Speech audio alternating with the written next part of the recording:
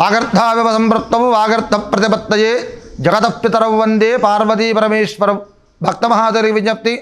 SB officers colony, Musarambagh, Shri Venkateswara Swamy వారి దేవాలయంలో వేంచేసి ఉన్నటువంటి పార్వతీ రామలింగేశ్వర స్వామి వారికి నవంబర్ 5వ తేదీ కార్తీక పౌర్ణమి పురస్కరించుకొని స్వామివారికి గత సంవత్సరం జరిగినటువంటి కనకాభిషేకం విశేషంగా ఈ సంవత్సరం కూడా జ్వాలాతోరణమైన మరుక్షణం అంటే రాత్రి సుమారుగా 7-7:30 గంటల ప్రాంతంలో విశేషంగా కనకాభిషేకం జరుగుతుంది.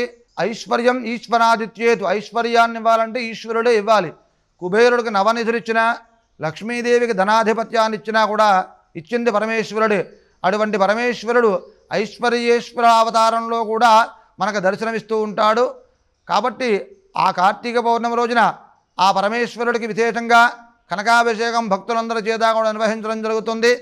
ఈ కనకాభిషేకంలో పాల్గొనడం వల్ల ఐశ్వర్యవృద్ధి, ధనవృద్ధి, నష్టద్రవ్య ప్రాప్తి, ఇంటి యందు సకల శుభకార్యసిద్ధి కూడా ఆ పరమేశ్వరుడు కలగజేస్తాడు. అందున కార్తీక మాసం పౌర్ణమి విశేషమైనటువంటి రోజు.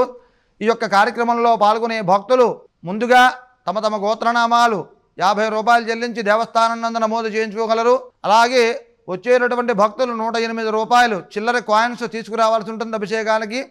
తదనంతరము స్వామివారి ప్రసాదం కింద మీకు ఒక 2 కాయిన్స్ ఇవ్వడం జరుగుతుంది బీరువాలో పెట్టుకోవడం కోసం.